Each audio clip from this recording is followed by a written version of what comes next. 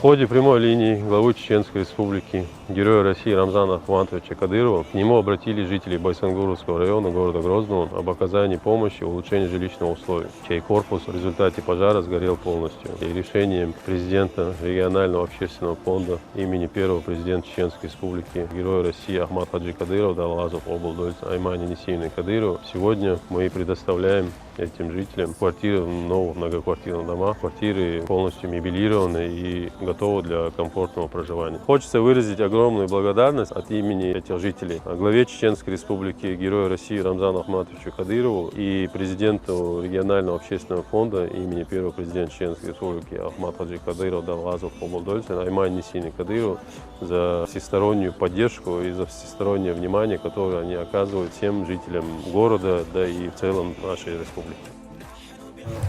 Хайн Одир дуй с уверенностью обратиться Денир Охдейл Рейс Хайлдал Шиедадой.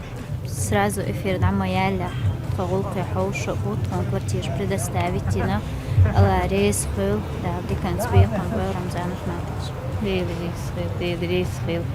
Вайфачана Хил Дейл Рейс Аймани Хил Докул Докна Остал Динак.